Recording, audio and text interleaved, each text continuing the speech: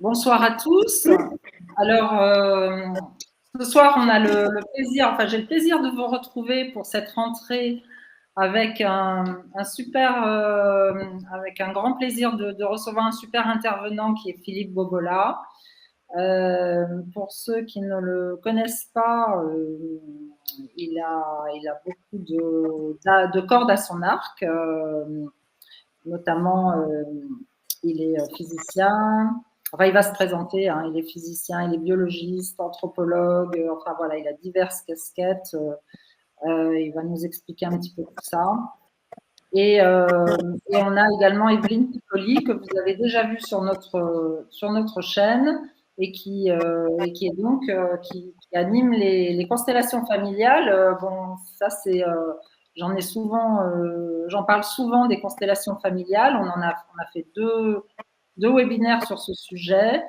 Et avec Philippe, on va aborder donc le côté émotion et organes, chose qui est très important au niveau de la santé et qui m'a toujours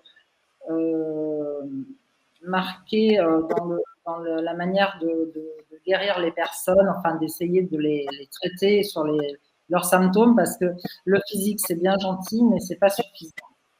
Donc voilà. Alors, dans un premier temps, ce que j'aimerais, c'est que vous me disiez si vous nous entendez bien. Voilà. Si l'image est bonne. Voilà. Si le son est OK. Ça m'a l'air d'être OK pour la majorité des personnes. Voilà. Donc, Philippe, écoute, je vais te laisser te présenter. Moi, je te connais depuis longtemps parce que, en fait, je t'ai vu la première fois lors d'un séminaire. Ça doit faire 20 ans maintenant, j'en sais rien, je ne sais plus trop, ou 15 ans, où ça m'avait passionné le sujet que tu abordais. Je t'écoute souvent d'ailleurs sur YouTube pour un tas de sujets. J'en ai d'ailleurs écouté un ce matin qui est vraiment passionnant. Voilà, sur les micro-organismes quantiques. J'ai adoré cette présentation et tout ce que tu as pu dire dessus. Et voilà, donc je te laisse te présenter et nous parler un petit peu de ce sujet qui est vraiment important. Je crois que tu as dit l'essentiel, Patricia. Bon, j'ajouterais que je suis aussi psychanalyste, donc ça cadre dans le thème de l'émission. Les émotions sont au cœur de l'homme. Évidemment, un des grands manques de la médecine allopathique, c'est d'avoir séparé le corps et l'esprit. Ça, c'est vraiment un manque. Par exemple, on sait que quand on est stressé, on va baisser notre défense immunitaire. Il y a une psycho-neuro-immunologie. Ça veut dire qu'un état psychologique peut avoir une influence jusqu'au niveau d'un système important qui est la défense immunitaire. Donc, on a vécu depuis 2020 ces pandémies, voilà. Donc, quand on a peur, quand on est stressé, effectivement, ça a une incidence sur la défense immunitaire. Alors, les émotions sont au cœur de l'homme. Je crois que quand on n'a plus d'émotions, c'est qu'on est mort. On estime qu'il y a 4 émotions de base qui sont la peur, la colère, la tristesse et la joie. Alors, un des problèmes de l'Occident, c'est que les adultes n'ont pas reçu une culture où on admet la présence d'une émotion, on ne sait pas la gérer. Donc, prenez un enfant, il pleure parce que on lui a volé son paquet de bonbons. On va être dans le déni, mais non, c'est pas grave, ton paquet de bonbons, on t'en rachètera un autre. En fin de compte, on ne laisse pas l'enfant exprimer sa peine. Et quand on a 4 ou 5 ans, se faire voler son paquet de bonbons, c'est un drame, mais pas pour l'adulte. Ensuite, on va essayer de le culpabiliser. C'est pas bien de pleurer quand on est un grand garçon. On va lui faire honte même, en lui disant regarde, ton frère il pleure pas et il a eu plein de malheurs. On va Par exemple, lui faire peur aussi même le malmener en disant mais écoute, si tu ne cesses pas de pleurer, tu vas prendre une paire de gifles et tu sauras pourquoi tu pleures. On va lui proposer un pansement. On va tiens, si tu cesses de pleurer, tu auras un beau camion. Et en fin de compte, on va dévier l'émotion vers la honte et la culpabilité. Ce qui fait que ces émotions qui ne s'expriment pas, enfant, vont s'accumuler comme dans une cocotte minute et à la première occasion, elles vont exploser. On appelle ça des émotions raquettes. Comme quand on joue au tennis, il y a des émotions raquettes. Et donc, c'est intéressant parce que les émotions, c'est la marque, j'allais dire, d'un individu, son signe, mais c'est aussi quelque chose qui est très sexué. Et il y a aussi une dimension familiale et sociétale. Donc, un garçon, il ne doit pas pleurer, une petite fille a le droit de pleurer. Vous voyez, il y a déjà une discrimination au niveau des émotions. Au niveau familial, c'est intéressant de voir, il y a des familles où la coloration émotionnelle, c'est la colère. Il y en a d'autres, c'est la peur. Il y en a d'autres, c'est la tristesse. Il y a des fois aussi la joie, mais c'est plus rare. Donc, c'est déjà intéressant de voir quelle émotion domine dans notre vie. Normalement, on est fait pour vivre de la colère parfois, de la peur parfois, de la tristesse parfois et de la joie. Là où ça vient problématique, c'est quand c'est déséquilibré et qu'il y a une émotion qui s'impose. Et voilà. Alors évidemment, les émotions nous ramènent à l'individuel et au collectif.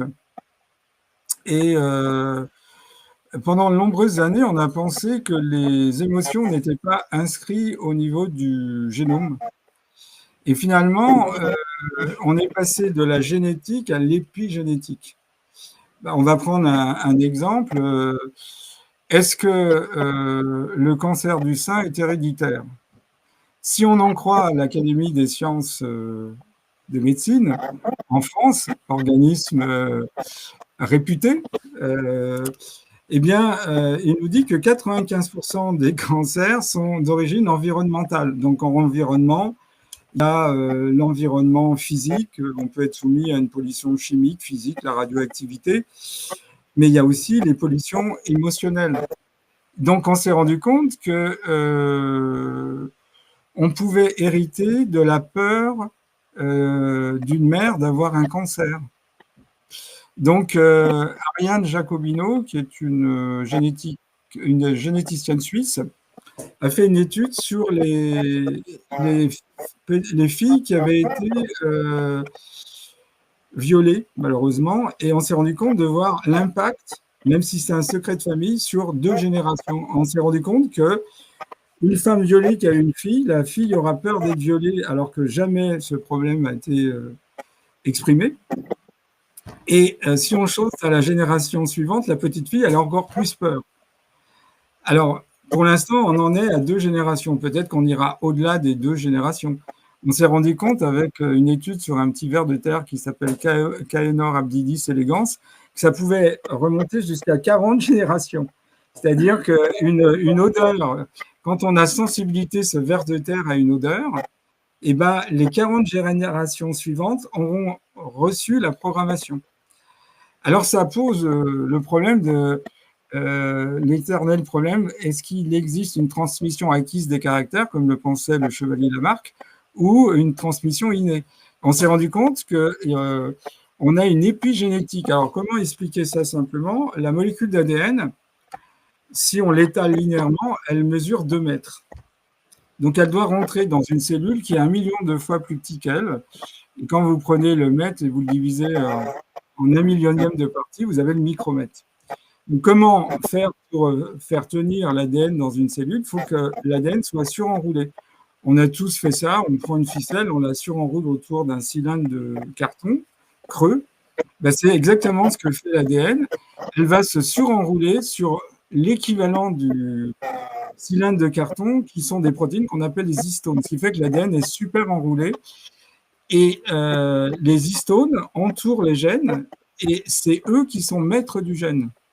Les gènes disposent de ce que les histones ont proposé. Donc, un gène peut être réprimé, éteint ou au contraire allumé. Et on s'est rendu compte que les émotions pouvaient allumer un gène ou au contraire l'éteindre. Donc, la peur d'avoir un cancer peut allumer un gène qu'on appelle un oncogène, qui est responsable de la multiplication cellulaire.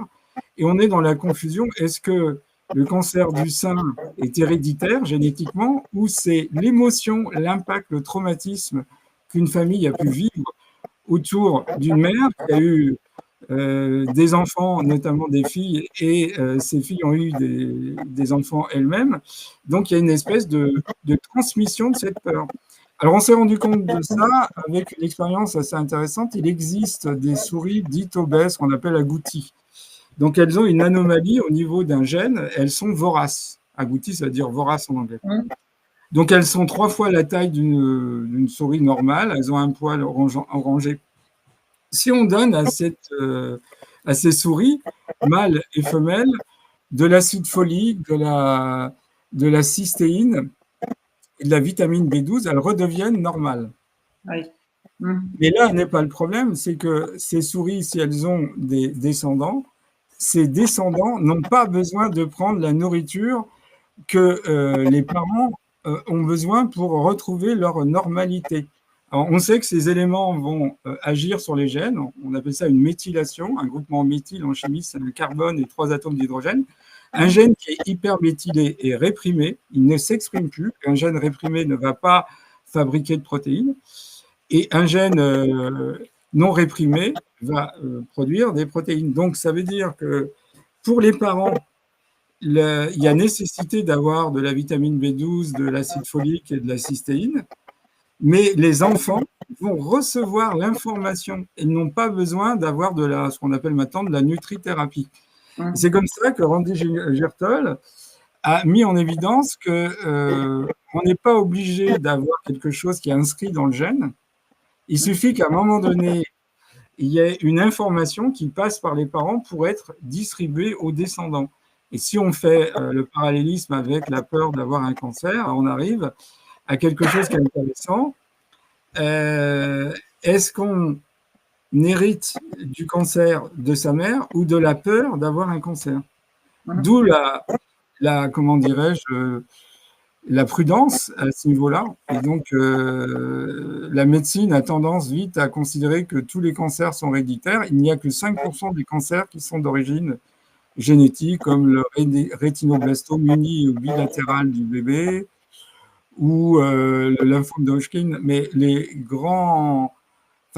principaux types de cancers ne sont pas forcément héréditaires. Alors, dans les années à venir, il va y avoir une bataille entre les multinationales qu'on va qualifier de génomiques, qui vont faire le séquençage du génome d'un nourrisson et voir les potentialités de maladies, et puis les épigénéticiens qui diront certes, il y a le gène, mais il n'est pas forcément exprimé. Vous voyez, et en particulier, les émotions, les pensées peuvent agir sur ces gènes. Et donc, il y aura évidemment une bataille entre une approche strictement génomique et une approche épigénétique. Je ne sais pas, tu veux rebondir, Evelyne? Alors moi, j'ai juste une petite question. Est-ce que, du coup, dans une maman, par exemple, qui porte ce gène et qui, du coup, a plusieurs enfants, est-ce que c'est aussi pour cette raison que dans les enfants qu'elle a, il y en a certains qui vont peut-être développer cette maladie et d'autres pas? Oui. Oui, on a vu dans des familles où des enfants n'ont pas forcément hérité de la maladie. Ça dépend aussi de l'état d'esprit. Alors, on s'est rendu compte… Ouais, voilà. Par rapport aux émotions, en fait, tu hérites des émotions qui vont te provoquer cette maladie, c'est-à-dire, c'est un petit peu comme la goutte qui fait déborder le vase, en fin de compte, c'est-à-dire que tu as la problématique peut-être en toi, mais elle n'est pas activée. Elle n'est pas activée par l'émotion qui viendrait l'activer. Vous voyez, par exemple, aux États-Unis, il y a un club des gens en colère. Ah oui?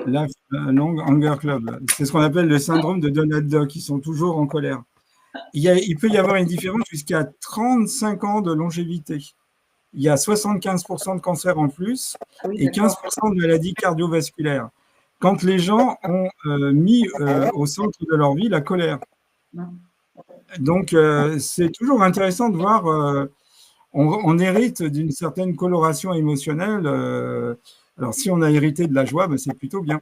Une autre chose, Gaëlle Ronson, qui est une psychologue qui a un centre d'études du sida, elle traite beaucoup de sidéens. Elle pose une question qu'on n'a pas l'habitude de poser ici. Est-ce que vous croyez en Dieu? Oui, non. Et si vous croyez en Dieu, comment vous voyez ce Dieu? Est-ce que vous le voyez comme un Dieu punisseur qui vous punit de fautes que vous auriez commises, surtout avec le sida, l'homosexualité, ou au contraire, un Dieu bienveillant qui vous aime d'un amour infini? Ben, il y a une différence de longévité et de réceptivité vis-à-vis des traitements. Dans les 2 ans, il y a entre 19 et 28% de longévité en plus. La baisse de la défense immunitaire n'est pas du tout la même. Donc, et souvent d'ailleurs, dans les maladies comme ça graves, eh bien, on voit soit un renforcement dans un matérialisme, la vie n'a vraiment pas de sens, ou au contraire une élévation spirituelle. Donc, ça prouve bien qu'on n'est pas un corps séparé d'un esprit, que ça forme une unité.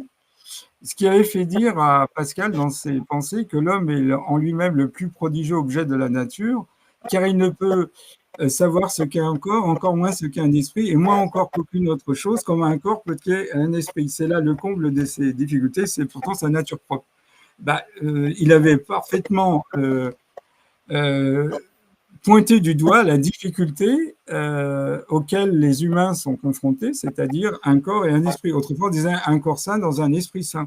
Ouais. Donc, les émotions sont des choses, évidemment, à travailler, et surtout, ça nous amène aux constellations familiales. Il y a des fois, on hérite d'émotions et de sentiments qui ne sont pas forcément les nôtres.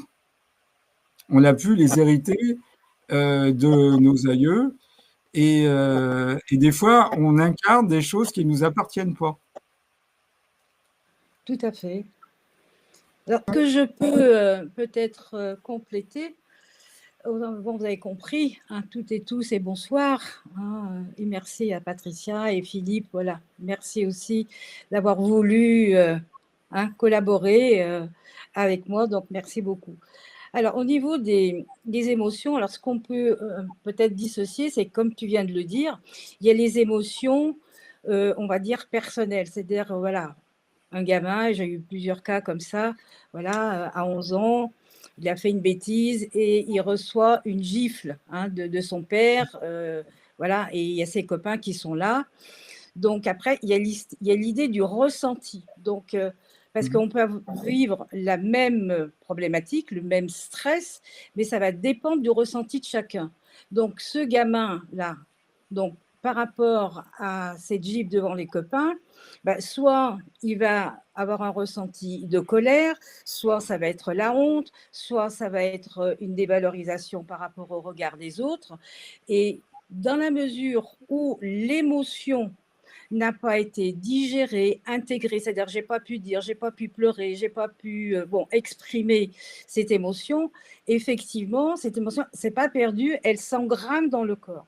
Donc notre corps, on a tous plus ou moins, on appelle ça une cuirasse, une carapace, par rapport à ces émotions, où déjà le corps, il l'engramme au niveau du fœtus, dans le ventre de la mère, tout ce qu'a vécu la mère, ce qu'elle vit, eh bien, l'enfant, l'engramme dans son corps. Et une des grandes lois et grands systèmes, c'est que dans la mesure où ces émotions n'ont pas été digérées, transformées, eh bien, ça crée une empreinte et ça crée une cuirasse. Vous savez, chaque fois qu'on a une peur, un stress, qu'est-ce qui fait le corps?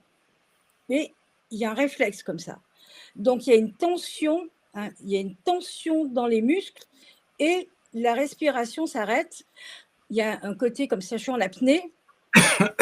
Si j'ai pu pleurer, exprimer, ça y est, ça se libère, ça se digère et on n'en parle plus. Mais quelquefois, et souvent, eh bien, je n'ai pas pu le faire et ça va rester dans le corps. Et ce qui, par la suite, s'il y a eu trop d'émotions pas régulées, eh bien, ça peut effectivement déclencher une maladie. Et là, toute la médecine chinoise aussi l'explique très bien. Hein. Et tu parlais de la peur.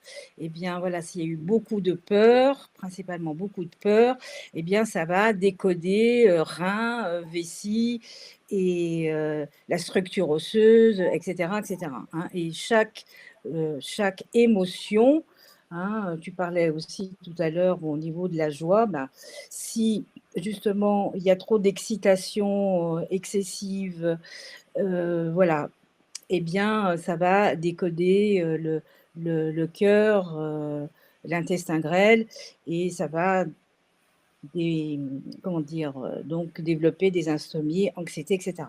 Donc là, on a tout un panel, effectivement, suivant les émotions. Hein, tu parlais de peur, tu parlais de la joie, de la colère, hein, qui va décoder le foie, la vésicule biliaire. Et si cela donc n'a pas été intégré, donc ça s'engramme. Donc ça, c'est côté personnel. Puis on verra tout à l'heure. Après, comme tu viens de le dire, il y a des émotions, hein, par exemple de la grand-mère, hein, qui a perdu son enfant à la naissance, et pour X raisons, eh bien, elle n'a pas pu exprimer son chagrin, sa tristesse ou autre, parce que voilà, la vie continue, et puis bon, voilà, elle a complètement retenu un petit peu tout ça. Eh bien, ce n'est pas perdu, là encore, et c'est la descendance et comment se distribuent les mémoires, parce qu'il y a aussi cette notion-là qu'on voit dans les constellations familiales, hein, on appelle ça la grille de 3, hein, c'est-à-dire que l'aîné, le deuxième, le troisième, après quatrième qui est en lien avec l'aîné, le second avec, le cinquième avec le second, le sixième enfant en relation avec le troisième, en sachant que fausse couche IVG compte comme une place sur le plan génétique. Donc on a observé ça, et moi depuis plus de 20 ans, donc je l'observe parce que voilà, je suis dans les constellations familiales, et j'ai été thérapeute psychocorporelle pendant une vingtaine d'années, enfin un peu moins, hein, et voilà, je reviendrai peut-être tout à l'heure par rapport, je voudrais vraiment aussi parler du psychopéristaltisme, qui est notre grand régulateur émotionnel. Hein, c'est une notion aussi à savoir, à connaître, et qu'on peut soi-même apprendre à s'autoréguler, hein, puisque si on a eu trop de stress, d'émotions justement bloquées, à un moment donné, ce qu'on appelle le psychopéristaltisme, c'est-à-dire les intestins, qui est notre deuxième cerveau, peut-être le premier, tu pourras peut-être en parler, Philippe, ouais. Eh bien, qui digère nos émotions. C'est-à-dire que dès que nous sommes assis, couchés, debout, eh bien, donc les intestins prennent en charge les émotions. Donc après, il y a tout un décodage au niveau des bruits, les bruits feu, les bruits terre, les bruits air, qui correspondent à des émotions bien particulières, et les bruits hauts, qu'on appelle ça les glou-glou merveilleux, hein, c'est glou-glou-glou-glou-glou-glou-glou. Eh bien, ça y est, c'est la digestion des émotions. Hein, donc, il y a des soins qu'on appelle ça les massages biodynamiques, que j'ai pratiqué pendant pas mal d'années, hein, pour aider le corps, hein, à se libérer, déprogrammer tout ce qui est resté encapsulé par rapport à cette cuirasse qui s'est formée au fur et à mesure du temps. Donc, voilà, ça s'apprend aussi à écouter ces intestins avec un stéthoscope qu'on peut acheter facilement, et puis comme une méditation, eh bien, vous allez écouter vos intestins, et il y a certains points dans le corps qu'on va stimuler. Si on entend que ça se régule pas bien, qu'on n'entend pas beaucoup de bruit, eh bien, on va aider le corps en stimulant certains points, endroits du corps, pour l'aider, hein, à débloquer ce péristaltisme, pour que, de nouveau, il puisse prendre en charge, hein, les émotions. Autrement, tu le disais aussi tout à l'heure, donc le système immunitaire va être affaibli, et après, c'est la porte ouverte, eh bien, à toutes sortes de pathologies. Voilà, donc je te laisse continuer, je reviendrai tout à l'heure peut-être. On pourrait dire qu'il y a des profils. Oui. Attends, juste une petite chose. Moi, je voulais juste faire une petite explication sur ma formation. avec le docteur Klingart, il nous donnait une planche avec les émotions liées, bon, c'est par rapport à la médecine chinoise, on a une planche avec les émotions et chaque organe, donc chaque organe est lié à certaines émotions. Ça, c'est très intéressant quand on travaille sur les personnes, parce que, bon, moi, je travaille en kinésio, je teste, et c'est vrai que quand on teste la personne par rapport à sa problématique sur un organe, on retrouve bien les émotions qui lui sont propres. Donc, c'est vrai que pourquoi est-ce qu'on fait ça en médecine alternative, on va dire, chinoise ou autre, et pourquoi dans notre médecine moderne, entre guillemets, on ne parle jamais de ces choses-là, quoi. Alors oui, il y a dans la médecine traditionnelle chinoise, chaque organe a sa psychologie. Il y a une psychologie organique. Il n'y a pas un cerveau qui régule toutes les émotions. Les émotions sont présentes également dans les organes. Alors il y a un médecin qui il y a quelques années avait défrayé la chronique, Gerthamer, qui avait tout à fait classé une cellule, pour vivre, elle a besoin de faire rentrer l'oxygène, donc de respirer, elle a besoin d'éliminer. C'est l'appareil urinaire, elle a besoin de digérer. Et le rêve d'une cellule, c'est de donner 2 cellules. Donc, quand on est soumis à des conflits archaïques avec le tronc cérébral, eh bien, ça a tendance à toucher l'appareil pulmonaire, l'appareil digestif, l'appareil urinaire et l'appareil reproductif. Alors après, quand on regarde, il y a des gens face à des difficultés et des émotions non gérées, ils vont plutôt être de nature céphalique. Donc, ça va être plutôt des gens qui vont faire un burn-out, une dépression, etc. Il y en a d'autres qui seront plutôt organiques. Donc, c'est comme si à un moment donné, il y avait 2 façons de gérer les émotions. Quand je dis gérer, c'est le corps qui les gère. Hein. Quand on n'arrive pas, bah, c'est soit absorbé par le cerveau, soit absorbé par les organes. Alors effectivement, la force de la médecine chinoise, bon, on sait tous que les reins, c'est la peur, les poumons, c'est la tristesse, la vésicule biliaire, c'est la rancune, et on pourrait multiplier. Alors chaque organe se projette au niveau du cerveau, et donc le travail du docteur Hammer a été de faire cette correspondance entre un organe et une zone du cerveau. Et donc, il y a une correspondance, chaque organe est présent au niveau du cerveau. Donc, un conflit qui, au départ, part du cerveau peut déréguler un organe, ou un organe dérégulé peut agir sur le cerveau. Et donc, Alfred Adler, dès 1907, s'était rendu compte à travers sa propre histoire, c'est un enfant qui avait beaucoup de problèmes de santé, ça avait développé un profil psychologique du fait qu'il avait une faiblesse de l'appareil pulmonaire, du foie, etc. Et donc, il en avait déduit que les organes peuvent agir au niveau du cerveau et donner un profil psychologique, mais l'inverse aussi est vrai. Dans la logique du vivant, on dit souvent que A agit sur B, mais B doit pouvoir agir sur A. La cause et l'effet et la cause. Donc, un organe défectueux peut agir sur le cerveau et le cerveau peut agir sur un organe défectueux. Alors, on découvre depuis plus d'une dizaine d'années que l'intestin, c'est un deuxième cerveau. On a à peu près, je crois, 400 millions de neurones, donc il y a des neurones, Ouais. Il y a des bactéries, il y a 10 fois plus de bactéries que de cellules. Et donc, on s'est rendu compte que des fois, quand on a une inflammation chronique de l'intestin, ça peut avoir plein de conséquences. Et on est en train de mettre en évidence que les 20 principales pathologies en termes de santé publique partent au niveau amont d'une inflammation chronique de l'intestin. On s'est même rendu compte que certaines, alors on ne va pas être dans le manichéisme, un monde de dualité, ce qu'on appelle une bonne bactérie, c'est une bactérie qui n'est pas pro-inflammatoire, elle est donc un anti-inflammatoire, et une mauvaise bactérie, c'est une bactérie qui a tendance à être pro-inflammatoire.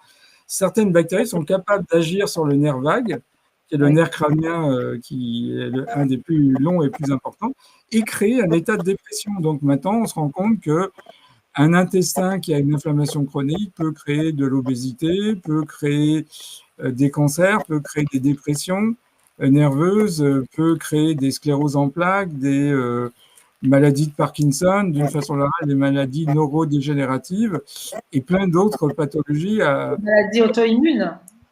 Voilà. Mais même, les maladies auto-immunes, ça c'est évident, il ne faut pas oublier que 90%, si ce n'est 95% de la sérotonine est fabriquée par l'intestin. Et la médecine allopathique nous dit que quand on est dépressif, on a un manque de sérotonine. C'est l'endroit où est fabriquée principalement la défense immunitaire. Qu'un intestin défectueux n'aide pas le foie, parce que c'est aussi une façon d'aider le foie. Donc, il y a plein de conséquences. Donc, deuxième cerveau, ça voudrait dire qu'il est presque en seconde. C'est un cerveau délocalisé. Mais est-ce qu'il est secondaire ou primaire? Je ne dirais pas ça. Le docteur Seignalais a bien développé tout ça, d'ailleurs, par rapport à… Il a été un des premiers à se rendre compte que quand on a, disons, une alimentation qui ne nous correspond pas, il va y avoir des déséquilibres bactériens. Et à un moment donné, si la défense immunitaire de l'intestin n'arrive pas à bout d'une bactérie qui s'est trop multipliée, une façon de régler le problème, c'est de larguer ces bactéries. On appelle ça des dysbactérioses intestinales, c'est-à-dire les entérocytes de l'intestin qui assurent la séparation entre l'intestin et le reste de l'organisme, larguent ces bactéries. Ces bactéries vont essayer de trouver refuge dans un organe qui correspond aux conditions acido-basiques souvent qu'elles ont. Et donc, par exemple, si une bactérie va se réfugier dans un muscle qui est plutôt acidophile, ça fait des fibromyalgies, mais ça peut aller jusqu'au cerveau, ça donne des scléroses en plaques, ça peut aller au niveau du pancréas et donner un diabète de type 1, insulinodépendant, ou les rectocoliques hémorragiques, ou maladies de Crohn, ou les polyarthrites rhumatoïdes. Donc, on s'est rendu compte que parfois, en amont d'un problème, se trouve une dérégulation de l'intestin. Il a été un des premiers à mettre en évidence des aliments qui pouvaient être allergiques ou allergisants ou qui dérégulaient la population bactérienne. Il y a plus de 700 bactéries, il y en a même qui vont jusqu'à plus de 1000. Chaque bactérie dans son territoire, il y a des bactéries qui utilisent l'oxygène qu'on appelle aérobie ou anaérobie. Donc, si la nature a prévu 10 fois plus de bactéries que de cellules, c'est que les bactéries jouent un rôle. Et puis, on a à peu près 100 fois plus de virus. Ce qui a fait dire à Joshua Lederberg que le corps est une sorte de super organisme, de super symbiote où coexistent des cellules, des bactéries, des champignons, des virus, voilà, et des parasites. Et que ça remet un peu en cause le dogme pasteurien. Les bactéries peuvent nous aider. Voilà. Et donc, on sait, notamment, c'est l'approche amère, que certaines bactéries peuvent aider à la résolution d'un cancer. Et il y a des bactéries qui, dérégulées, deviennent méchantes. Mais il n'y a ni de méchanceté, ni bonté. C'est tout simplement une question d'équilibre. Une bactérie, quand elle s'est trop multipliée, elle va envahir un territoire qui, normalement, est réservé à une de ses congénères. Et donc, il va y avoir une espèce de conflit, vous voyez, de conflit de territoire. Oui, on dit le microbe n'est rien, le terrain est tout. Et mon prof en décollage biologie, le docteur Sabat, ça c'est la bonne nouvelle pour les personnes qui nous écoutent. Là, je pousse le bouchon un petit peu loin exprès. Dans certains cas, voilà, qu'un cancer n'est pas plus grave qu'un rhume, dans la mesure, évidemment, d'aller résoudre le conflit et d'aller regarder et de vérifier ce qu'on est en train de partager ensemble. Voilà, que la bonne nouvelle, c'est ça. C'est pas la génétique, oui, bien sûr, c'est génétique, jusqu'à ce que le programme, l'information est libérée. Sinon, c'est rebelote. Et ça peut aller, on dit, jusqu'à 7 générations, où les choses, voilà, d'une génération sur l'autre, c'est encore et encore. La vie, le corps, voilà, vient nous signaler que par amour, paradoxalement, parce que souvent on le vit très très mal et c'est humain, mais la vie, qu'est-ce qu'elle fait à travers la maladie X ou le problème X, vient nous signaler qu'on a raté la cible, qu'il y a quelque chose qui n'est pas en ordre, et qui a besoin d'être vu, reconnu, remis à sa place, alchimisé, etc. Et si nous ne le faisons pas, et on ne nous a pas appris cela, Hein, j'espère qu'un jour, on apprendra tout ça à l'école. Hein, c'est les grandes lois de la vie, physiologique et autres, hein, pour justement pouvoir avancer et guérir de nos maux et nos émotions.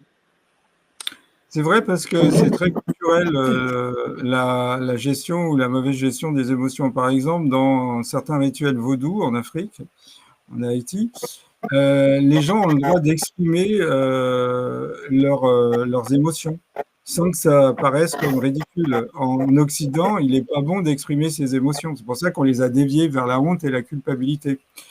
Quand on regarde, il y a une anthropologie de la maladie. Je me souviens d'une anecdote. J'étais au Cameroun et il y avait un médecin qui me faisait comprendre que pour l'Africain, la maladie est liée à un esprit. Donc, si on neutralise l'esprit, la maladie disparaît.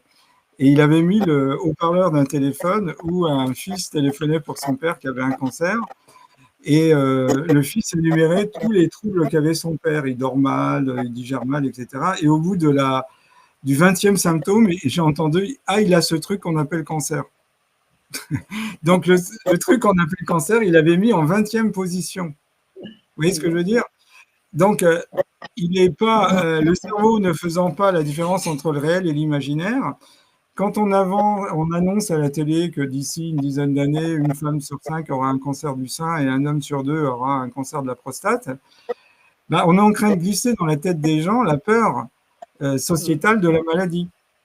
Et donc, l'enjeu est quand même très important entre l'épigénétique et la génétique.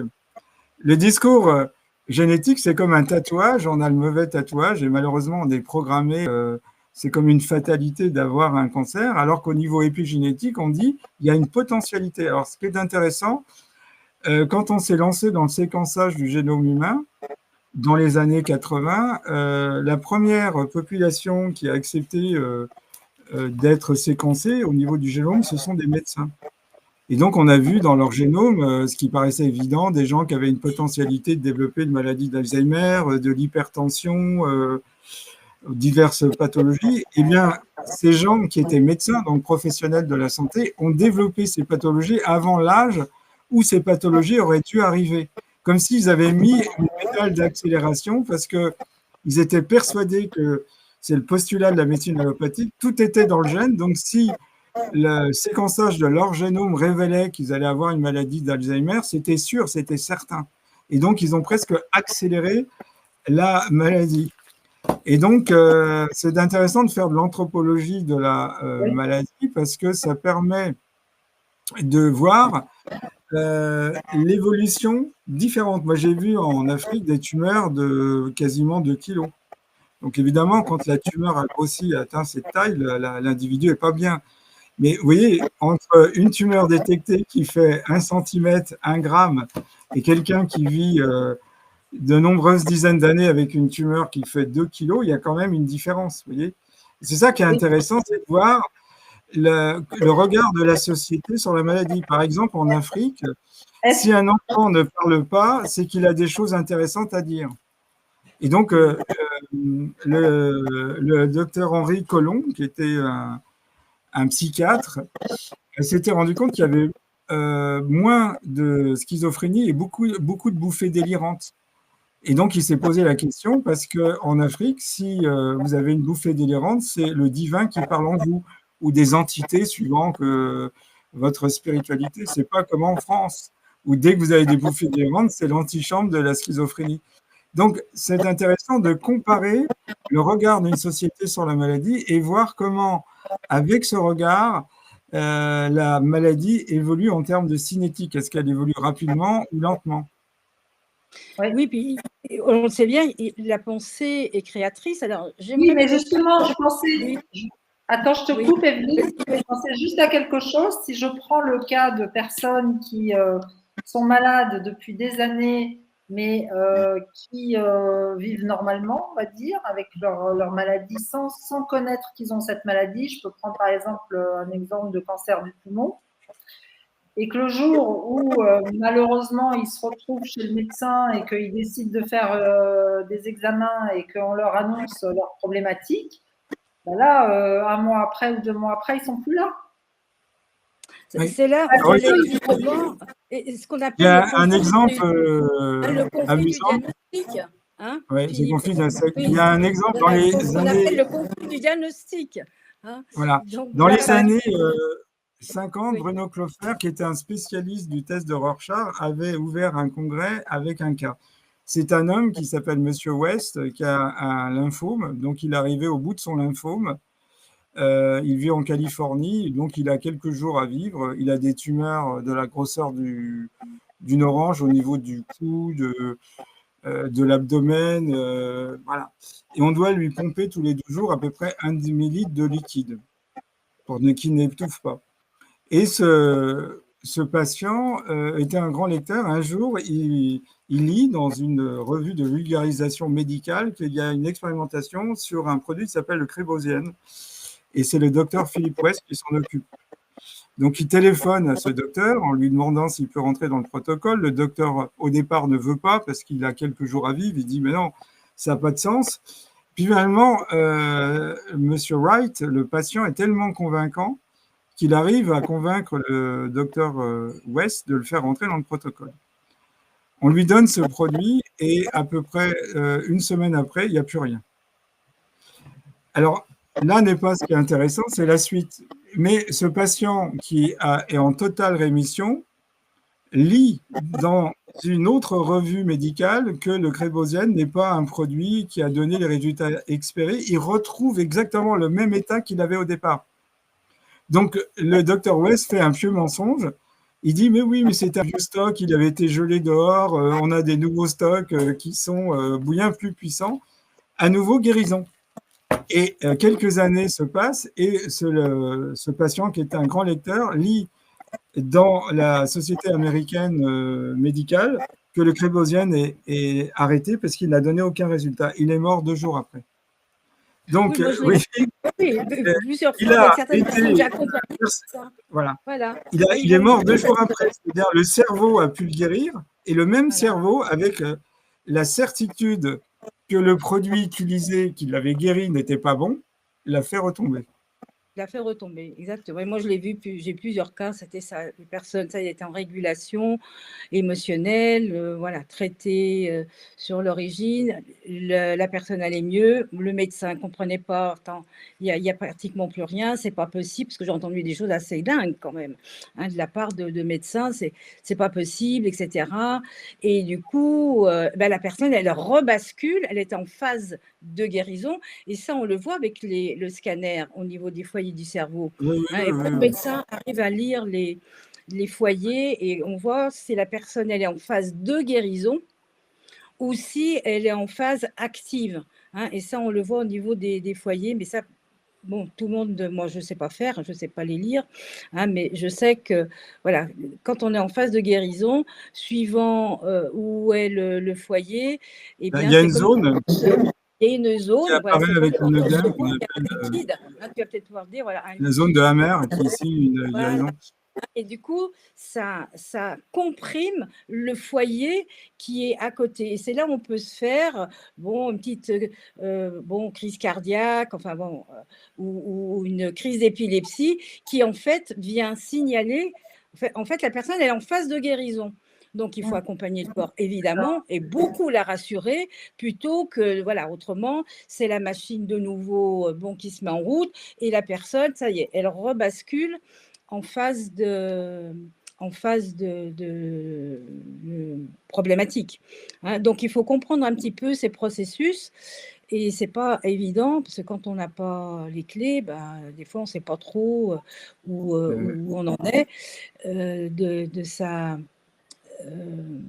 l'évolution en fait de ça. Et quelquefois la personne son corps réagit, hein, elle va pas bien, mais elle peut être en phase de guérison. De guérison, c'est ça la difficulté dans l'approche de la mer, c'est et c'est ça que c'est très compliqué, effectivement. Une phase de guérison a des symptômes, mais il faut savoir interpréter que c'est pas une complication de la maladie. Mais après, ça dépend du profil psychologique, parce que je me souviens d'une infirmière de Lille.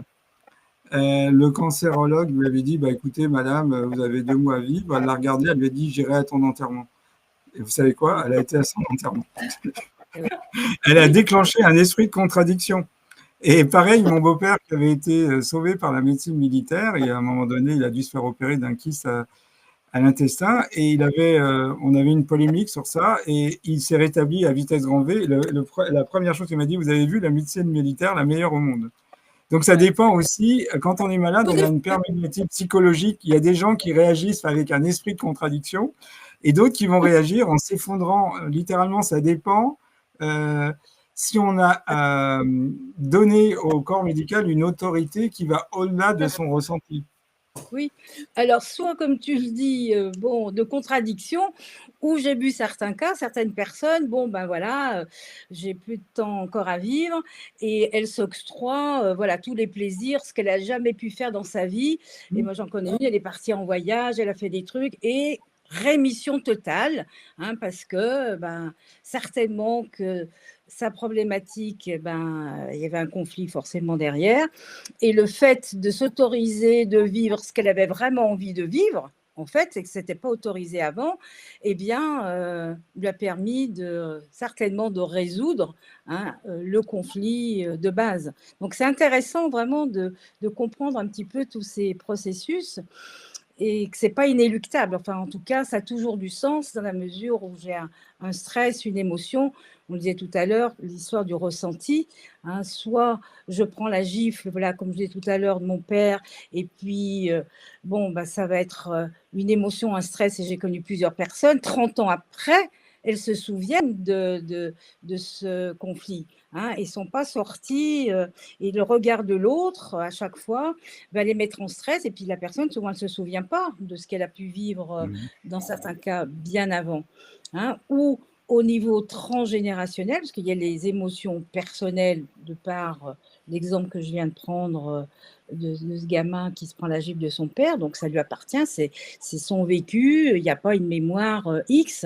Et là où c'est plus complexe, c'est effectivement quand j'ai vu plusieurs cas comme ça de personnes, et entre autres une femme qui vient consulter parce qu'elle ne peut pas avoir d'enfant alors que son corps, voilà, au niveau physiologique, bah, tout va bien, et beaucoup d'émotions, elle pleure très très souvent, peur beaucoup de la mort, bon bref, pour la faire courte. Donc, et quand je lui pose des questions, eh bien, il se trouve que, en fait, eh bien, sa grand-mère maternelle, hein, a perdu un enfant à la naissance. Et cette femme, ben, n'ayant pas fait le deuil pour X raisons, ce que je disais tout à l'heure, eh bien, elle, on appelle ça dans les constellations intrication, c'est-à-dire j'ai repris le programme, et c'est inconscient, hein, c'est biologique, c'est inconscient. Et du coup, sa biologie, c'était inscrit donner la vie égale mort. Et son corps ne répondait pas. Et dans la mesure où on a fait une constellation, on a représenté la grand-mère, son enfant, donc la personne, voilà, ma cliente, eh bien, pour vérifier, pour aider en fait, eh bien, cette grand-mère à faire le deuil de son enfant qu'elle n'avait pas pu faire en son temps, hein, et vérifier, eh bien, par rapport à sa petite fille, voilà, ce qu'il en était, et puis de rendre à sa grand-mère. Et du coup, le fait qu'elle était plus intriquée, plus en relation, et que la grand-mère avait repris son destin, repris ses émotions, elle a pu pleurer et faire son deuil, eh bien, la personne, elle est libérée de cette émotion, et comme par hasard, eh bien, quelques temps après, eh bien, son corps a répondu, et elle a pu donc tomber enceinte et avoir un enfant. Et ça, pour beaucoup, beaucoup d'émotions, d'événements comme ça marquants, eh bien, se régularisent et vont beaucoup mieux. Alors, c'est vrai que c'est complexe parce que comme Patricia, dans ton job, parce qu'après, il y a l'histoire des virus, des microbes, des ceci, des cela, il faut aider le corps, je le dis souvent.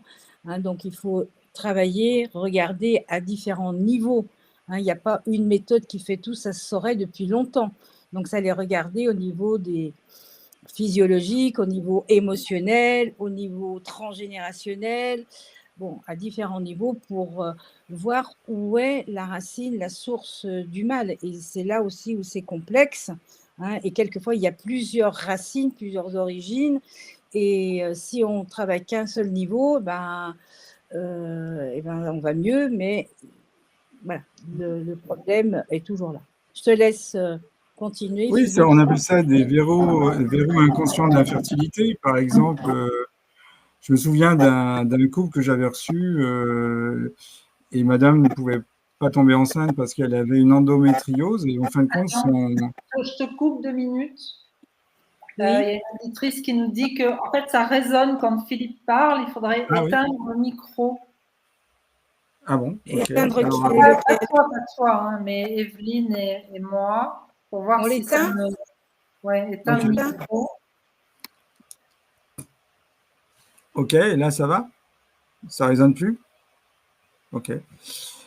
Oui, je me souviens d'un couple qui était venu me voir et madame n'arrivait pas à tomber enceinte, elle avait une endométriose, mais la raison, c'est que son compagnon n'avait pas de travail. Donc, elle ne se voyait pas faire un enfant avec un compagnon qui était sans travail. Et donc, quand son compagnon a trouvé un travail, hein, c'était la thérapie qui amenait ça, elle est tombée enceinte. Il y a des tas de femmes qui sont soi-disant infertiles, et puis quand elles font une démarche pour faire une fécondation in vitro, comme par hasard, elles tombent enceintes. Donc, on voit bien qu'il y a une infertilité souvent psychologique. Ça ne veut pas dire que c'est souvent multifactoriel. Il faut regarder la nourriture, il faut regarder la psychologie, mais je pense qu'une fois qu'on a nettoyé la psychologie, il faut regarder tout ce qui peut compléter ce nettoyage et aller regarder. Des fois, il y a une défense immunitaire trop forte qui peut s'opposer à la nidification. Enfin, il y a plein de facteurs qui peuvent intervenir. C'est, comme on dit, plurifactoriel. Ouais, je voulais simplement revenir sur les émotions et les maladies. Il y a un exemple célèbre de Norman Cousine, qui était un journaliste médical, et dans les années 70, on lui détecte une polyarthrite rhumatoïde. Et donc, lui, sa thérapie, ça a été de regarder les films des Marx Brothers. Et il a pris de la vitamine C. Et ben, vous savez quoi? Il est sorti de sa polyarthrite rhumatoïde. C'est-à-dire que ce qui lui manquait, c'est la gamme émotionnelle de la joie. Alors, si on est un petit peu plus spirituel, effectivement, ça fait partie des qualités divines, la joie, et dans la joie, la bienveillance pour soi-même. Et donc, c'est ce qui lui manquait. Peut-être qu'à force de décrire l'économie de son pays, ça l'avait rendu dépressif, mais en tous les cas, il a écrit un livre où il raconte son histoire, et il y a des tas d'exemples où des gens, en changeant radicalement, je me souviens d'un exemple on est dans les années 20, une personne qui était actrice a un cancer, elle va voir un médecin généraliste, et à l'époque, il n'y avait pas vraiment de traitement. Donc, le médecin généraliste lui dit, faites un voyage. Donc, au bout d'un an, elle revient voir le médecin et elle lui dit, qu'est-ce que je fais maintenant? Vous continuez de faire un voyage. Puis, elle est revenue la 3e année, et la 4e a dit, non, il faut que je travaille parce que j'ai plus d'argent. Elle est retournée dans son activité d'actrice, elle est morte du cancer. Le problème, il était là. Donc, il faut développer ce que j'appellerais une médecine écologique. C'est un peu comme un détective. On regarde si le problème, il est au niveau professionnel, au niveau familial, au niveau de l'estime de soi, la relation à la collectivité. Et à ce moment-là, on essaye de voir dans quel domaine se trouve le problème. Voilà, il y a la thérapie du rire qui marche très bien. Oui, la rigolothérapie, oui. Beaucoup maintenant, j'ai vu des personnes qui organisent des stages de clowns et autres. Et voilà, ça permet d'avoir une distance sur soi. L'humour est toujours, comment dirais-je, une certaine forme de distance sur soi. Mais souvent, ce qu'on constate, c'est que la nature est bien faite. Si on a un problème qui s'est cristallisé, ce qu'on voit en ostéopathie crânienne, c'est que soit il y a un mouvement qu'on appelle le mouvement rythmique fondamental. Alors, suivant les auteurs, ils vont donner un nombre de cycles par minute. Mais il y a des pathologies où c'est accéléré ou décéléré. Quand c'est décéléré, le problème, il vient du passé. Il y a une cristallisation. Et il y en a d'autres qui sont toujours dans le futur. Je ferai, je mettrai en place, mais c'est jamais dans le présent. Et comment dirais-je, quand on n'a pas réglé un problème, on doit le régler émotionnellement. La nature s'évertue à nous faire revivre la même chose. C'est-à-dire, il y a un élément programmant, une succession d'éléments programmants, et puis après, il y a l'élément déclenchant. Et donc, vous allez revivre la même situation pour la résoudre émotionnellement. Et donc, c'est très bien vu par Carl Gustav Jung qui dit tout ce qui n'est pas conscientisé revient en termes de destin. Il n'y a pas de destin programmé, il y a tout simplement un problème qui n'est pas solutionné. On vous représente le même problème sous différentes formes de façon à ce que vous puissiez enfin vous dégager de ce problème. Et donc, voilà. Après, ça avait été une leçon pour moi. Il y a une vingtaine d'années, il y avait un patient qui suivait ma formation et à la fin, il avait dit, ben voilà, je voulais vous dire, j'ai fait un cancer de la prostate, mais on m'a caché que c'était un cancer. Je voudrais à nouveau avoir mon cancer pour comprendre ce que la maladie voulait me dire. La maladie, elle est là pour nous aider à évoluer. Et on est, nous, dans l'idée, c'est la faute à pas de sang, c'est la génétique, etc. Si on avait un autre rapport sur la maladie en disant la maladie, c'est un outil de développement personnel, on n'aime pas le vivre, on aime l'avoir vécu, on aurait un autre rapport à la maladie. Vous voyez, par exemple, l'exemple de l'Afrique où quelqu'un qui a une bouffée délirante, plutôt que de dire bah, il est en train de développer une pathologie psy, on dit bah, il a la chance de recevoir un message d'un esprit, bah, ça change complètement. Voilà, que la biologie, voilà, elle est beaucoup plus puissante que la psychologie. Et comme le disait tout à l'heure Philippe, dans la mesure où on a déjà travaillé en psychologie, qu'on a essayé de donner du sens à notre problématique, nos émotions, et si ça y est, j'ai résolu, j'ai pu dire des choses à mon père, à ma mère ou à quelqu'un d'autre alors que ce n'était pas possible avant, voilà, j'ai pu résoudre mon conflit. Eh bien, et ça, c'est tout le rôle, entre autres, de la psychologie, qui aide effectivement merveilleusement bien. Et si malgré ce travail psychologique, quelquefois énergétique, eh bien, il y a encore quelque chose de récurrent en termes de répétition de schémas ou d'émotions, eh bien, vous pouvez vous dire qu'il y a beaucoup de pourcentage très élevé, eh bien, que c'est transgénérationnel. Et ça, moi, je le vois quand même depuis suffisamment longtemps.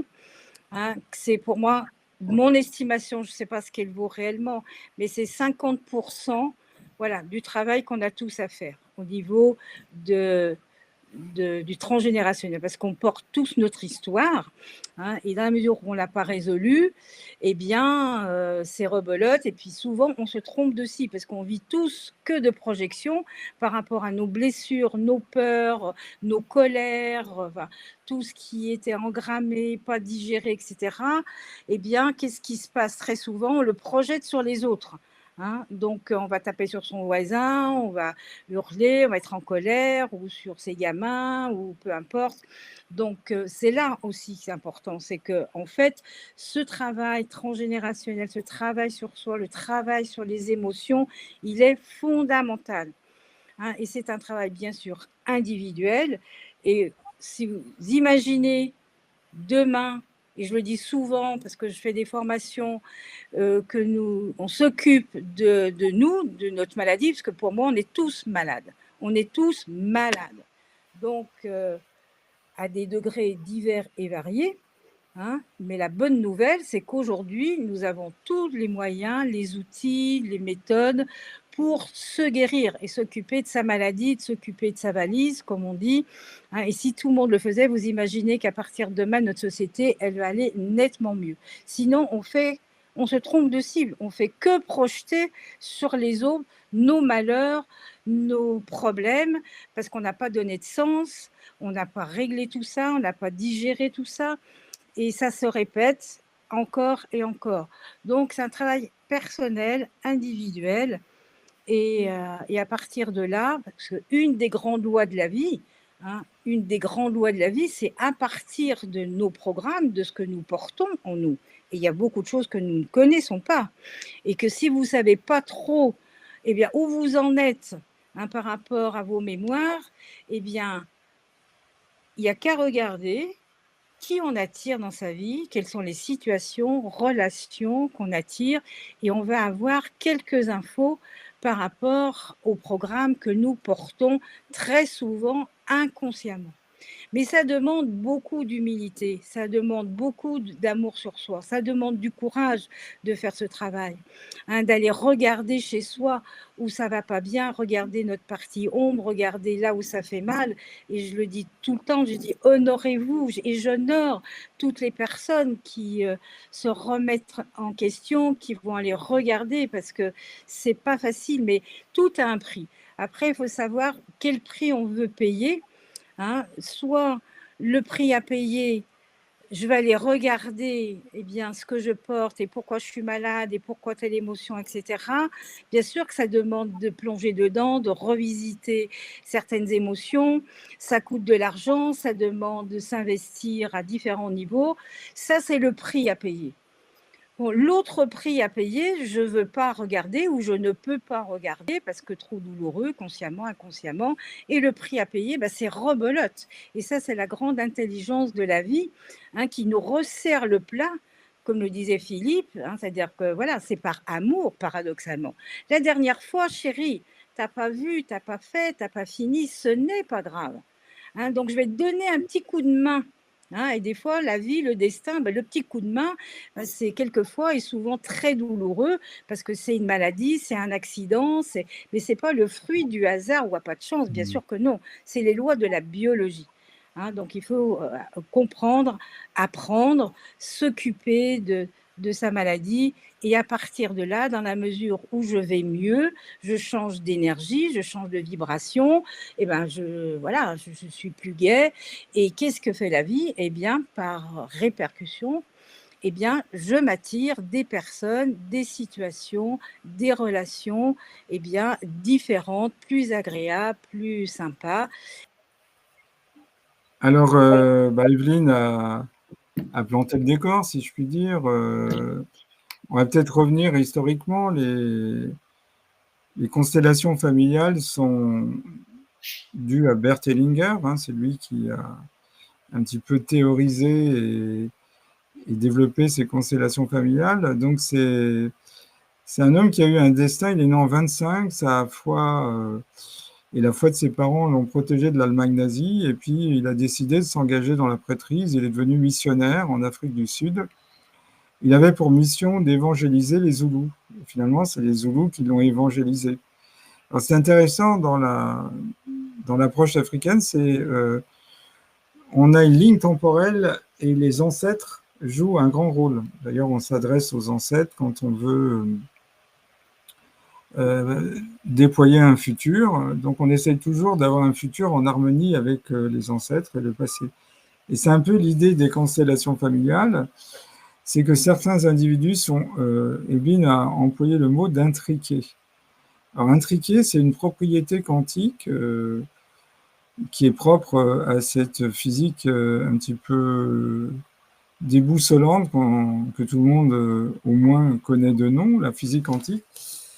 Il y a une intrication qui fait que deux particules, quand elles sont éloignées, elles vont interagir aussi fortement que lorsqu'elles étaient en contact l'une avec l'autre. Si on prend par exemple une interaction gravitationnelle, en physique classique, plus vous éloignez deux masses entre elles, et plus l'intensité avec laquelle elles vont interagir gravitationnellement parlant, ça va diminuer en intensité. En physique quantique, c'est comme si l'espace avait disparu, et il existe également une intrication temporelle. C'est-à-dire une particule au présent est toujours intriquée avec une particule du passé. Donc, si on a un ensemble de particules, il y a certaines particules qui vont continuer à être intriquées avec les particules avec lesquelles elles relationnaient dans le passé. Et donc, au niveau des constellations familiales, vous avez des gens qui sont intriqués avec un ancêtre. Et donc, ils vivent en quelque sorte des choses qui ne sont pas faites pour eux. Et ça fait dire à certains qu'on est là pour résoudre le problème de nos aïeux morts. Et d'une certaine façon, c'est vrai. Nous sommes les ambassadeurs de nos ancêtres et on est amené à résoudre des problèmes que peut-être ils n'ont pas résolus. Donc en vivant ce que nos ancêtres ont vécu et qui les a pénalisés dans leur vie, peut-être qu'en souffrant de la même chose, on va pouvoir les résoudre. C'est un petit peu ce que disait Evelyne. quand on n'a pas su se dégager d'un traumatisme, la vie nous amène à revivre ce traumatisme jusqu'à ce qu'à un moment donné, émotionnellement, on puisse le résoudre et le surpasser. Et c'est un peu l'idée des constellations familiales. Donc, c'est une psychologie de groupe. Alors, on demande à des gens d'interpréter son père, sa mère, son frère, sa sœur, enfin les membres de sa famille. On définit au départ une problématique, évidemment. On amène la personne qui a cette problématique à faire son arbre généalogique avec des personnes vivantes. Et à ce moment-là, il y a une espèce d'intrication qui peut paraître magique, c'est-à-dire qu'une personne va rentrer dans l'énergie d'un oncle, d'un frère, d'une tante. Et donc, on voit sous nos yeux l'énergie de la famille. Et c'est ça qui est intéressant. Ce que je disais, c'est que les constellations familiales sont plus proches de la conception du temps quantique que du temps classique.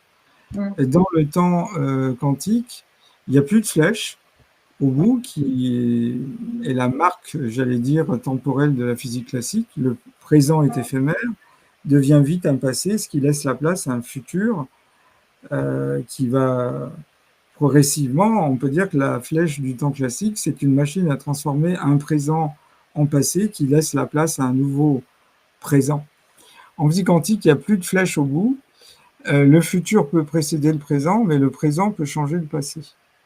C'est la raison pour laquelle l'intrication qui nous lie à nos aïeux est toujours présente. Donc, en travaillant pour nous, on peut dégager un aïeul qui, lui, est bloqué dans son évolution post-mortem. Et donc, on dégage aussi nos enfants, si on en a. Et c'est une sorte de thérapie du passé et du futur.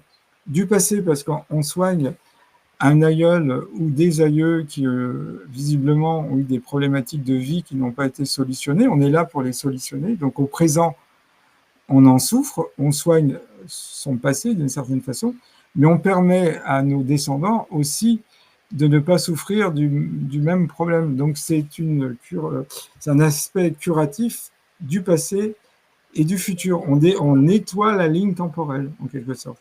Et c'est ça qui est intéressant. Donc, oui. Voilà. Alors, effectivement, c'est la magie des constellations, c'est-à-dire que... Ah, j'entends, il y a un bruit. Evelyne, coupe ton micro.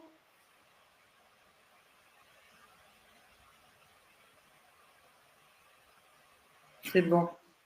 Voilà. Alors, effectivement, on a tout intérêt à gérer ces émotions qui sont inter- et transgénérationnelles.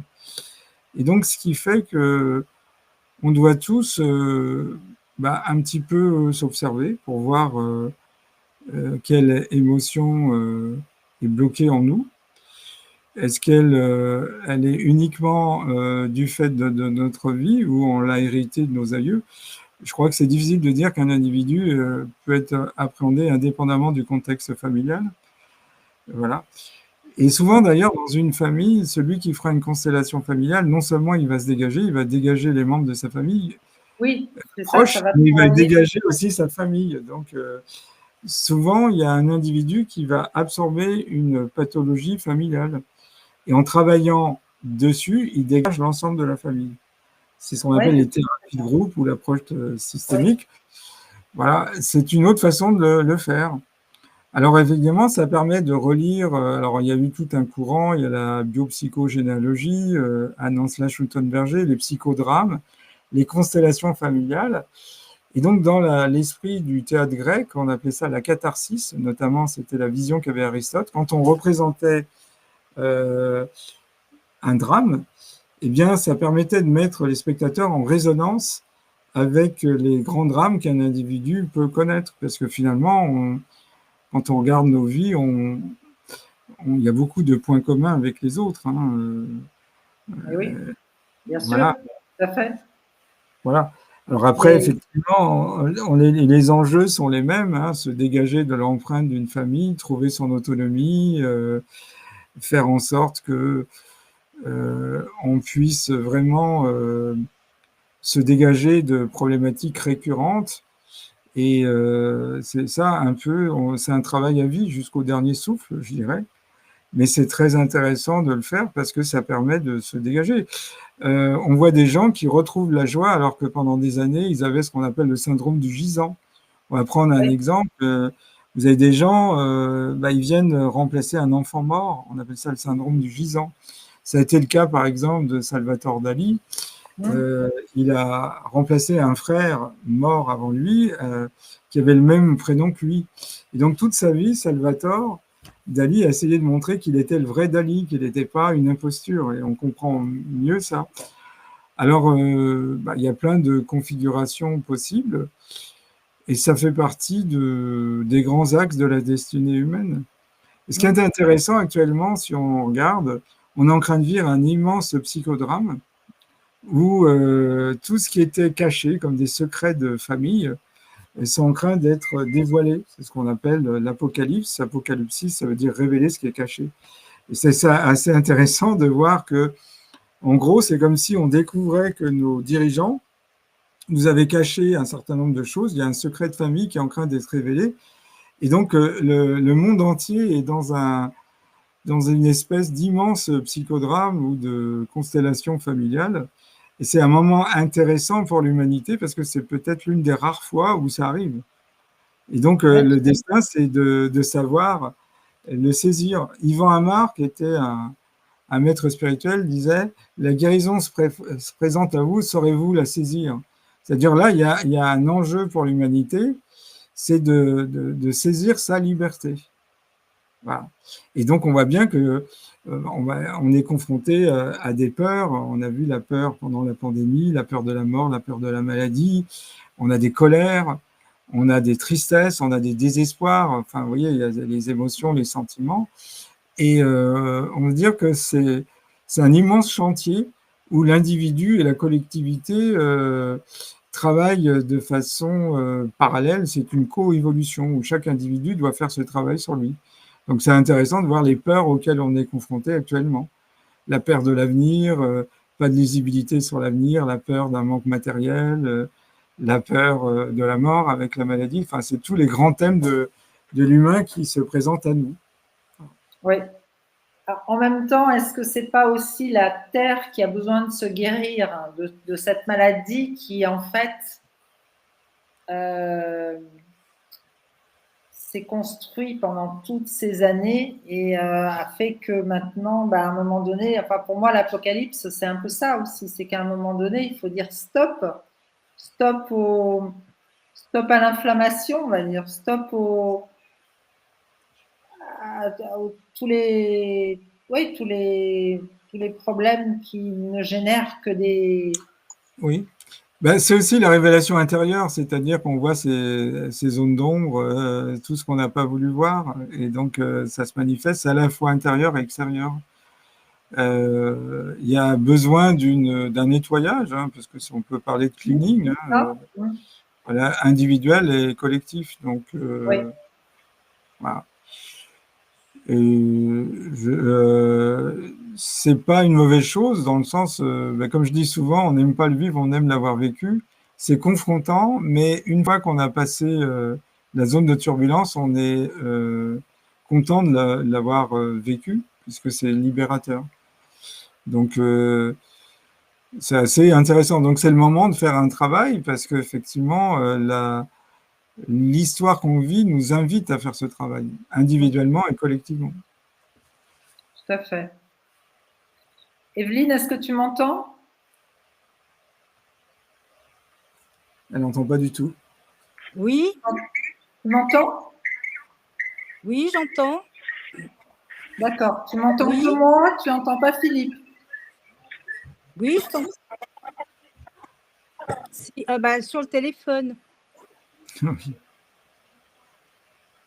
C'est sur le téléphone que tu m'entends. Tu m'entends? Moi, je t'entends, oui. Oui. Tout le monde t'entend. Tu m'entends? D'accord. Oui, on t'entend. Ok. Du coup, est-ce que tu peux nous dire un petit peu, donc Philippe qui vient de parler, est-ce que tu peux nous dire un petit peu au niveau des constellations, pour ceux qui ne connaissent pas, comment il se passe une constellation en quelques mots, pour ceux que ça pourrait intéresser, ça serait peut-être pas mal d'expliquer un petit peu ça.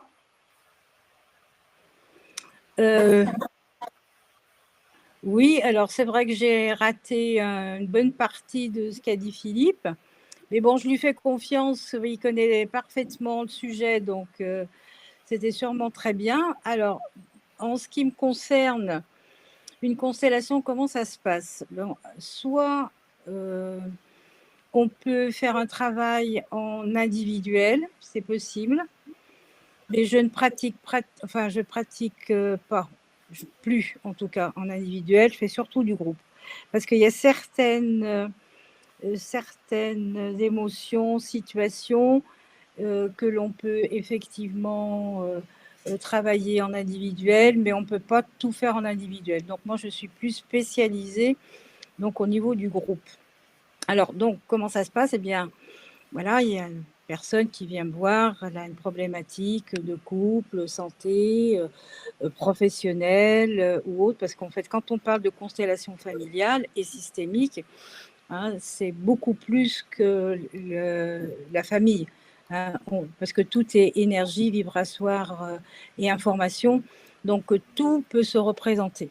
Hein, même un animal qui ne va pas bien, ça m'est arrivé, une maison qui ne se vend pas, voilà. C'est pour dire que c'est quand même très large, très vaste, mais si on reste déjà uniquement au niveau de la famille, eh bien, la première chose, donc, j'ai un rendez-vous avec la personne, il y a un questionnaire à remplir par rapport à ce qu'elle connaît, ce qu'elle sait de son histoire, l'objectif de sa constellation, sa problématique.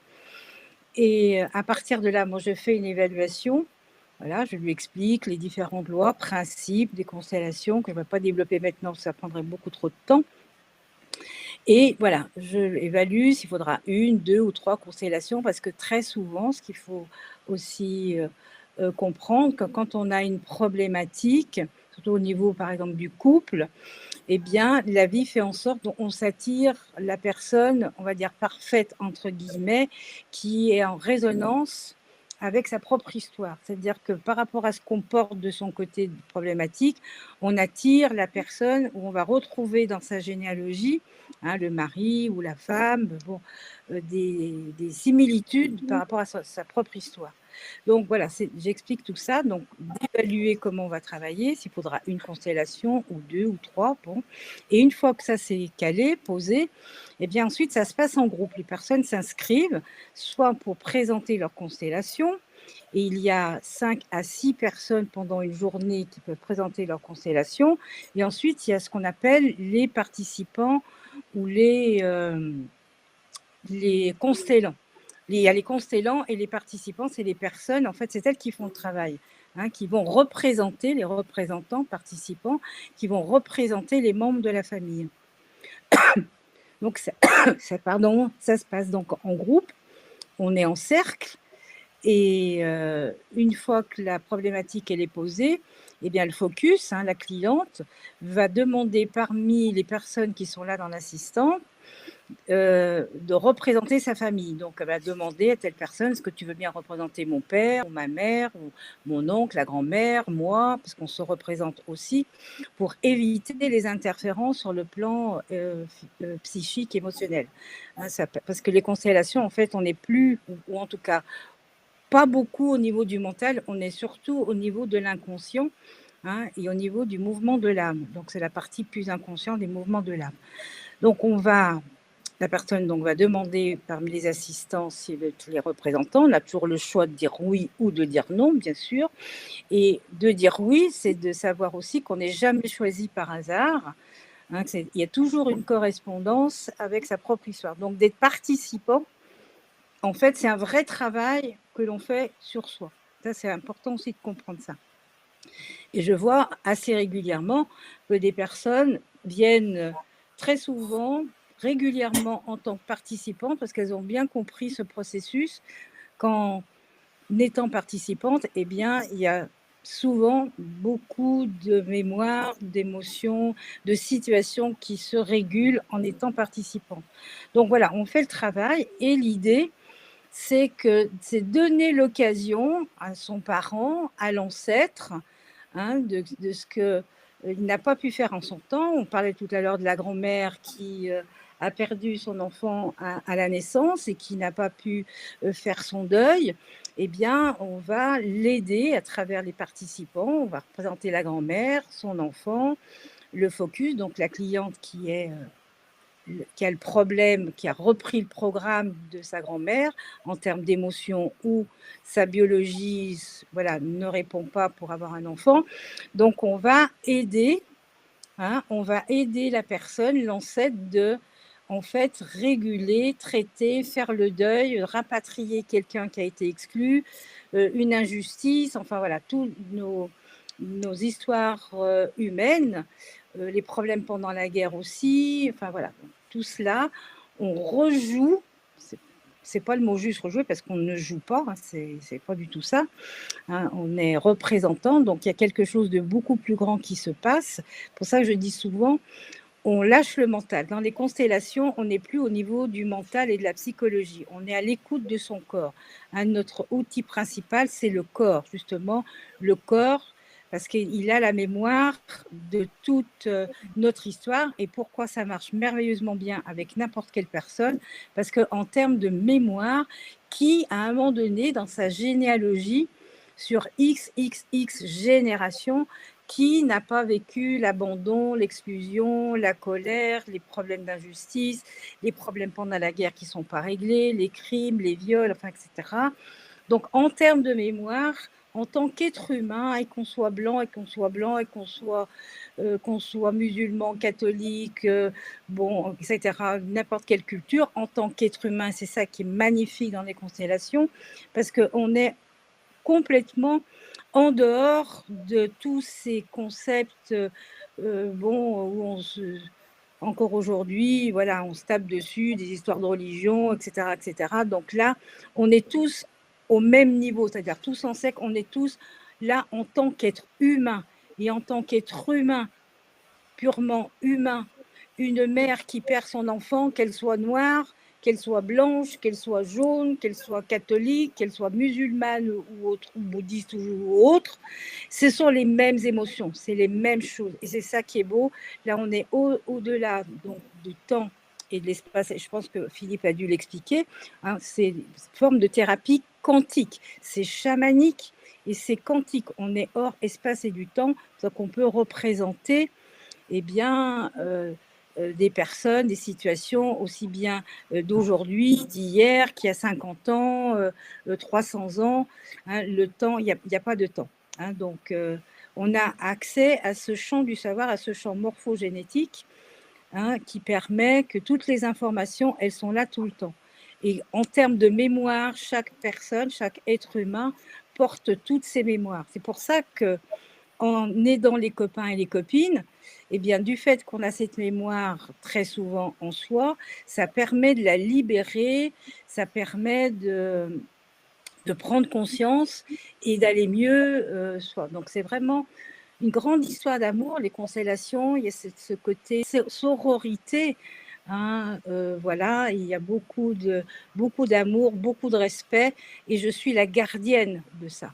Je suis la gardienne que tout se passe pour le mieux, dans le respect de tout le monde. Il n'y a pas de jugement, il n'y a pas de... il n'y a pas de jugement.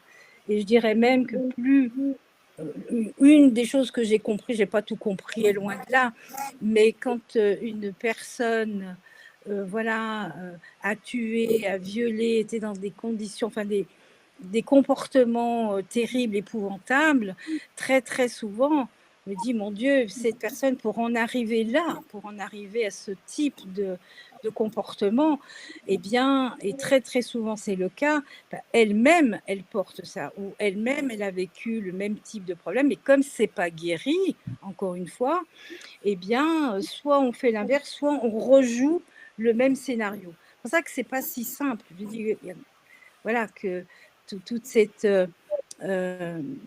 toutes ces mémoires et tout ce travail dans les constellations, je l'ai dit déjà tout à l'heure, ça demande beaucoup d'humilité, ça demande beaucoup de courage, ça demande, et puis d'être prêt à faire la paix, hein, à faire la paix. Hein, d'arriver à un moment donné, ben oui, ma mère m'a pas vu, ma mère m'a battu, ma mère m'a maltraité, ou mon père, ou etc. Bon, ok, ça, on va pas changer ce qui a vécu, mais par contre, on peut changer, hein, le regard et la situation, les émotions liées à ce problème. Moi, pour faire très court, je suis d'une famille de suicidés. Du côté de ma mère, il y a 7 suicides. Hein, donc sur 2 générations, donc ça fait quand même beaucoup.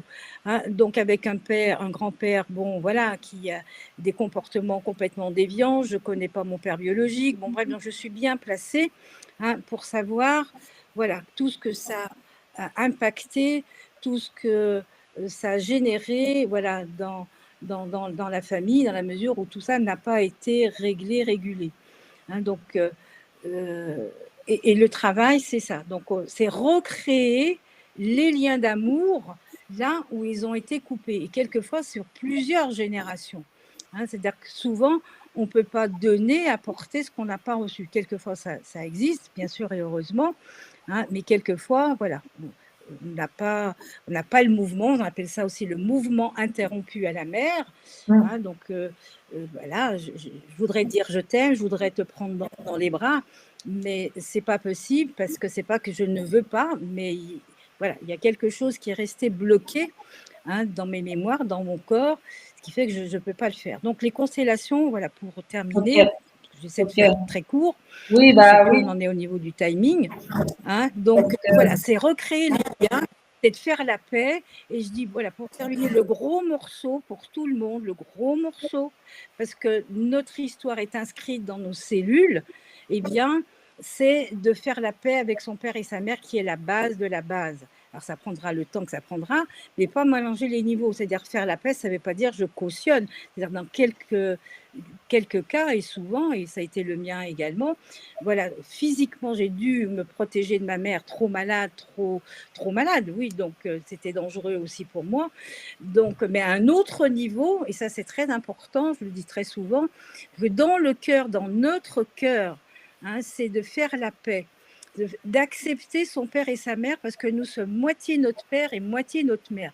Qu'on le veuille ou non, c'est biologique.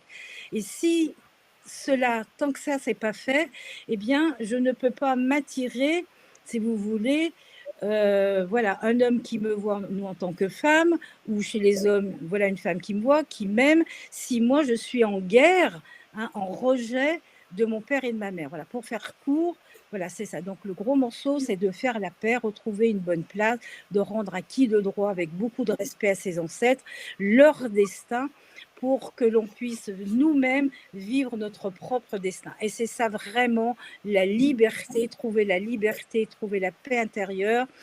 Voilà, c'est vraiment ça. Et remettre l'amour, voilà, parce qu'on est tous des handicapés d'amour, et remettre l'amour partout. Voilà, c'est ça les constellations, une grande histoire d'amour. Merci, merci, merci à tout le monde. Voilà, j'espère. Tu m'entends, Evelyne? Oui. D'accord. Alors, écoute, Oui. je vais passer la parole à Philippe. Oui, je t'entends. Qui va peut-être. Je crois que tout a été dit. On va conclure. Oui, juste conclure en 2 minutes. Oui. Avec toi. C'est vrai que Bert Hellinger disait que l'énergie qui circule dans les constellations, c'est l'énergie d'amour. C'est retrouver ce fil conducteur entre les membres de notre famille et se dégager de ce qu'on a dit au départ, d'émotions de colère, de peur, de tristesse, de dépression. Voilà. Et c'est le but. Alors, il y a d'autres, j'ai cité les 4 émotions fondamentales. Il y a aussi le dégoût, la surprise. Voilà. Alors, l'Occident est quand même assez handicapé dans la gestion de ses émotions. Moi, ça m'avait frappé. Assez rapidement, on n'apprend pas aux enfants à gérer leurs émotions. On ne les apprend pas à s'exprimer au niveau émotionnel. Un enfant, quand il n'est pas bien, il exprime, il dit ce qu'il a, il montre même, sans jeu de mots, j'ai Bobola, enfin voilà. Et c'est peut-être ça que l'Occident a à reconquérir, parce que ces émotions qui ont été comprimées explosent à un moment donné, et on est peut-être dans une période particulière où toutes ces émotions qui sont comprimées risquent peut-être d'exploser dans un feu d'artifice de libération. Voilà ce que je voulais dire en conclusion. Tout à fait. Bah, écoute, merci Philippe, merci Evelyne. Moi, je vais juste conclure en disant que dans ma formation avec le docteur Klinghardt, avec qui je parlais, bah, effectivement, les constellations familiales étaient organisées régulièrement tous les mois dans sa clinique à Seattle. Et donc, je trouve que c'est vraiment un travail très, très intéressant. Et ben voilà, je vous remercie tous les deux malgré tous les problèmes techniques que l'on a eus. J'espère que le technicien pourra nous faire des coupures et que ça donnera un replay qui sera quand même correctement visible. Et puis, on se retrouve très vite pour une prochaine vidéo.